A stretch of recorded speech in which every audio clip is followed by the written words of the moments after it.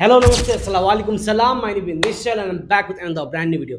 सो yes, जो भी मेरे वीडियो में पहली बार बने हुए हैं भाई, थोड़ा सा प्यार दिखा दो इस चैनल को भाई, ठीक है। ऐसे वीडियोस यहाँ पे आते रहेंगे। आज की वीडियोस का टॉपिक है Imam Mahdi arrived, get ready, and times. So might be this is story telling I guess.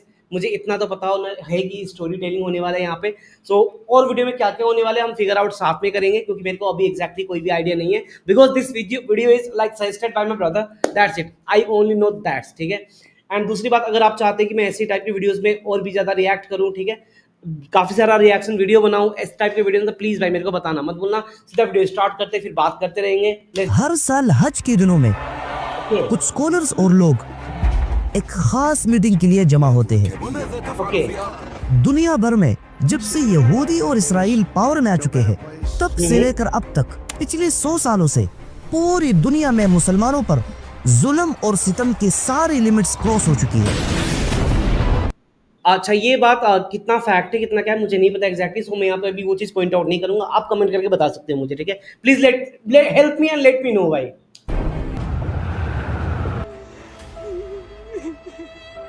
यहूदियों के ग्रेटर इजराइल प्लेन के रास्ते में अगर कोई कंट्री रुकावट है, तो वो पूरी दुनिया के मुसलमानों की इकलौती एटमी ताकत पाकिस्तान है। और अपनी इसी मकसद के लिए इजराइल ने इंडिया का यूज किया, ताकि इंडिया इजराइल के कंधे पर बंदूक रखकर मुसलमानों और पाकिस्तान पर चलाए। इसी टेंस सिचुएशन की वजह से मुसलमानों के दिलो दिमाग में ये बात बहुत ही ज्यादा घूम रही है, इमाम मेहदी आ चुके हैं। बहुत सारे लोग समझते हैं कि 4 दिन में हम अरे सीख यार, ही नहीं यार, सकते, यार। और मैं आप सबको बताता हूं कि आप 4 दिन में इस्लाम में जितनी भी निशानियां इमाम मेहदी के बारे में जिक्र हुए हैं, वो सब के सब एक एक करके सारे पूरे हो चुके हैं। जैसे पूरी दुनिया में मुसलमानों पर जुल्म का बढ़ना, मुसलमानों में काफी सारे फिरके बनना, कुरान सिर्फ पढ़ने तक महदूद रहना और इस्लाम सिर्फ नाम का दीन रहना। लेकिन एक निशानी इमाम मेहदी के हवाले से ऐसी है जो अभी तक पूरी नहीं हुई। भाई वॉर की वजह से जो हालात होते हैं ना भाई, वो तो देख ही रहे हो, पिक्चराइजेशन देख रहे हो। असली में हमने अभी कुछ टाइम पहले हमने फिगर आउट करा है कि क्या क्या हुआ था, कितनी तबाही हुई थी, क्या हुआ था। क्या ही बोलो भाई, मैं कुछ बोलना ही नहीं चाहता इस चीज़ों में। लेकिन एक निशानी इमाम मेहदी के हवाले से ऐसी है जो अभी तक पूरी नहीं हुई, लेकिन मैं भी वो अब पूरी हो जाए। हजरत मोहम्मद सल्लल्लाहु अलैहि वसल्लम ने फरमाया कि जब एक खलीफा की मौत होगी तो लोगों के दरमियान झगड़ा, सिविल वॉर शुरू हो जाएगी कि अब अगला बादशाह कौन होगा। फिर एक आदमी मदीना जाकर वहाँ छुप जाएगा, लेकिन लोग उसे वहाँ से ढूंढ निकालेंगे और फिर वो आदमी भागकर मक्का आ जाएगा। फिर लोग उससे हिजर अस्वद और मकामी इब्राहिम के दरमियान जबरदस्ती बैत करेंगे, हालांकि उसका कोई शौक नहीं होगा और ना वो चाहेगा कि उसे बादशाह बना दिया जाए। इस हदीस से तो ये क्लियरली पता नहीं चलता कि वो बादशाह कौन से मुल्क और कौन सी जगह का होगा। हाँ, लेकिन ये जरूर पता चलता है कि मुसलमानों के दरमियान जो झगड़ा, सिविल वॉर शुरू होगी, ये कहीं और नहीं बल्कि सऊदी अरेबिया में होगी। अब जिस एक्सपेक्टेड बादशाह की मौत पर सऊदी में सिविल वॉर होनी है, उसी बादशाह को समझने के लिए हमें थोड़ा सा पीछे जाना पड़ेगा। आज से तकरीबन 100 साल पहले जब ये अजम्पशन है या फिर रियलिटी है, ये जहाँ तक लग रहा है ये पूरा स्टोरी टेलिंग एक अजम्पशन पे बेस्ड है, मुझे को ऐसा लग रहा है। बाकी हिस्ट्री भी हो सकता है। चलो आगे जानते हैं हम। हमें थोड़ा सा पीछे जाना पड़ेगा। 100 साल आज पहले। से तकरीबन 100 साल पहले जब founder of Arabia king Abdul Aziz एक छोटे से एरिया नजद की बादशाह हुआ करते थे, और ये वही वक्त था जब सल्तनत उस्मानिया को खत्म करने के लिए सारा यूरोप जमा हो गया था और उन्होंने सल्तनत उस्मानिया को हर तरफ से घेर लिया था। लेकिन इस सब के बावजूद फिर भी ब्रिटिश इतने आसानी से उस्मानिया को खत्म नहीं कर सकते थे। इसलिए ब्रिटिश ने आहिस्ता आहिस्ता सल्तनत उस्मानिया को अंदर से कमजोर करना शुरू किया और अरबों में एक बहुत बड़ी ये टैक्टिक्स तो भाई अंग्रेजों का पहले से ही है, यही टैक्टिक्स, डिवाइड एंड रूल। आदमी शरीफ हुसैन बिन अली को खिलाफत की लालच देकर उसे सल्तनत उस्मानिया के मुकाबले में खड़ा किया। और ये शरीफ हुसैन बिन अली कोई आम आदमी नहीं था, बल्कि ये हजरत मोहम्मद सल्लल्लाहु अलैहि वसल्लम की नवासे हजरत हसन रज़ियल्लाहु तआला अन्हु के खानदान से था। इसलिए सारे अरबों ने मिलकर उसे फुल सपोर्ट किया। अब शरीफ हुसैन बिन अली की बगावत की वजह से सल्तनत उस्मानिया आहिस्ता आहिस्ता कमजोर हो गई और वर्ल्ड वॉर 1 के बाद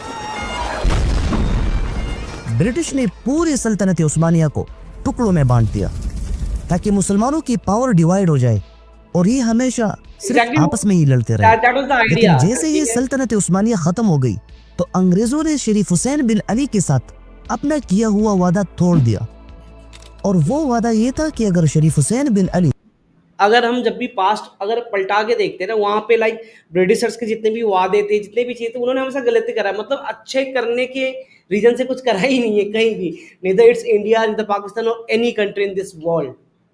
दो रियलिटी अपना है। किया हुआ वादा तोड़ दिया, और वो वादा ये था कि अगर शरीफ हुसैन बिन अली सल्तनत उस्मानिया से बगावत कर ले तो अंग्रेज उन्हें पूरी अरब का कंट्रोल देगा।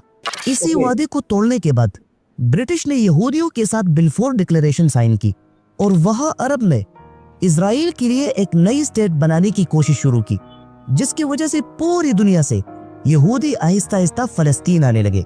ब्रिटिश की ये चाल देखकर शरीफ हुसैन बिन अली को बहुत सख्त गुस्सा आया और अब वो ब्रिटिश के बिल्कुल अपोजिट जाने लगा। और वही शरीफ हुसैन बिन अली जो पहले ब्रिटिश के इशारों पर चलता था, अब उनका सबसे बड़ा दुश्मन बन गया। जब ब्रिटिश को पता चला कि इससे आगे शरीफ हुसैन बिन अली उनके काम नहीं आएगा, तो उन्होंने अपनी सारी अटेंशन शरीफ हुसैन बिन अली से हटाकर नजद की बादशाह क्या आपके पास जमीन है और आप घर बनाना चाहते हैं? ब्रिक एंड बोर्ड भारत की किंग अब्दुल अजीज पर कर दी, जो पहले तो सिर्फ एक छोटे से इलाके नजद के बादशाह थे, लेकिन ब्रिटिश के सपोर्ट हासिल करने के बाद अब्दुल अजीज ने हिजाज पर हमला करके वहां शरीफ हुसैन बिन अली को शिकस्त दे दी। और यहाँ पर पहली दफा दुनिया में एक नई कंट्री सामने आई जिसका नाम अब्दुल अजीज ने अपनी फैमिली अल सऊद के नाम पर रखा था, सऊदी अरेबिया। Saudi Arabia. और यही अब्दुल अजीज सऊदी अरब का पहला बादशाह बन गए।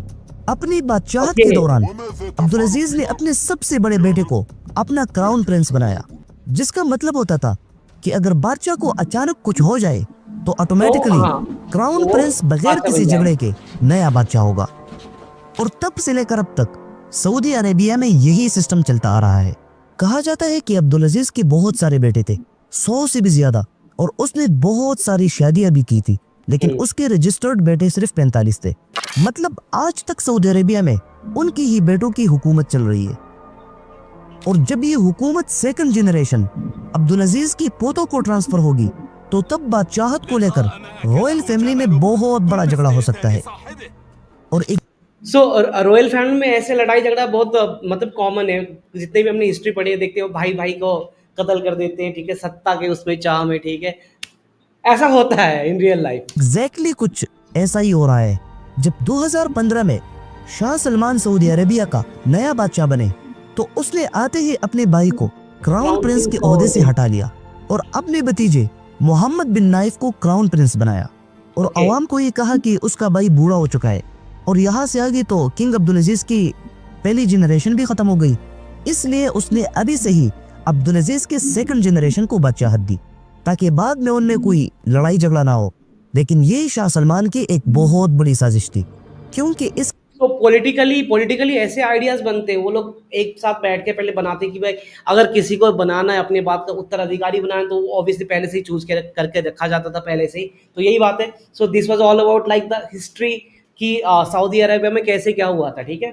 इसके सिर्फ 2 साल बाद 2017 की सुबह को सरकारी टीवी पर एक न्यूज चली कि मोहम्मद बिन नाइफ अब क्राउन प्रिंस नहीं रहे और उन पर मुख्तलिफ इल्जामात भी लगाए। असल में शाह सलमान चाहते थे कि बादशाहत उनके बेटे मोहम्मद बिन सलमान को मिल जाए, लेकिन अगर वो डायरेक्ट अपने बेटे को क्राउन प्रिंस बनाता तो उसकी इमेज खराब हो जाती, इसलिए तो उसने अपने भतीजे मोहम्मद बिन नाइफ को क्राउन प्रिंस बनाया। और जब सलमान को मीडिया, मिलिट्री, उलमा और अवाम की वजह से सपोर्ट मिली, तो उसने अपना वो ख्वाब पूरा कर लिया। और फिर शाह सलमान ने अपने भाई और मोहम्मद बिन नाइफ दोनों को अरेस्ट किया ताकि वो उसके बेटे मोहम्मद बिन सलमान के रास्ते में न आए, और आज तक उनको नजरबंद रखा गया। अब अपने पॉइंट की तरफ आते हैं। आजकल तो सऊदी अरब के हालात बिल्कुल नॉर्मल है, लेकिन जब उनका मौजूदा बादशाह शाह सलमान मर जाएगा तो बादशाहत की वजह से सिविल वॉर का खतरा हो सकता है, क्योंकि सऊदी अरब में तकरीबन 50% मुसलमान मोहम्मद बिन सलमान से नाराज है और कहते हैं कि मोहम्मद बिन सलमान के कुछ फैसले बिल्कुल एंटी इस्लामिक है। जैसे मोहम्मद बिन सलमान ने आते ही सिनेमा घरों को खोल दिया जो इससे पहले काफी वक्त तक बंद पड़े थे। मर्द और औरतों को एक साथ पिकनिक पर जाने की इजाजत दे दी। कई मशहूर स्कॉलर्स को या तो कैद किया और या उनके मुंह बंद करवा लिए। फिलहाल तो मोहम्मद बिन नाइफ और उनके सपोर्टर्स को नजरबंद किया गया है, लेकिन जब शाह सलमान फोत होंगे तो फिर सारे अवाम दो ग्रुप्स में डिवाइड हो सकते हैं। इमाम मेहदी कब जाहिर होंगे ये अहम नहीं है, बल्कि अहम ये है कि हमने उनके आने की तैयारी कितनी की है, क्योंकि इमाम मेहदी के आने के बाद सारे मुसलमान दो ग्रुप्स में डिवाइड होंगे। एक वो ग्रुप होगा जो इमाम मेहदी को झूठा मानकर उनका इनकार करेंगे, अल्लाह में बचाए, और दूसरा ग्रुप वो होगा जो इमाम मेहदी के हाथ पर अपने दीन इस्लाम पर मरने के लिए बैत करेंगे। और जब काबा में इमाम मेहदी की बैत होगी तो दूर दूर से मुसलमान आकर इमाम मेहदी की फौज में शामिल होंगे, खास तौर पर खुरासान से। लेकिन इमाम मेहदी की ये सिचुएशन देखकर सीरिया में एक बादशाह बहुत सख्त गुस्सा होगा और लाखों की फौज तैयार करके मक्का में इमाम मेहदी पर हमला करने के लिए रवाना होंगे, और उस फौज के बादशाह का नाम होगा सुफियानी। हर साल so yes, it was so informative video. But Sufyani कौन है मेरे को एग्जैक्टली नहीं पता। उन्होंने बोला कि सीरिया का बादशाह है एक, बट कौन सा बादशाह, इसका नेक्स्ट पार्ट मुझे लगता है देखने के बाद ही समझ आएगी ये सारी चीजें। बाकी आप बताओ कि आपने ये वीडियो पूरा का पूरा देख के समझ के आपने क्या सीखा इस वीडियो से, ये प्लीज बताना मत भूलना। और इस वीडियो के बाद हम कहाँ पे कंटिन्यू कैसे कर सकते हैं ये भी प्लीज कमेंट करके बताना मत भूलना। सीधा मिलते हैं हम नेक्स्ट वीडियो में। आज के लिए इतना ही। And the video, peace out.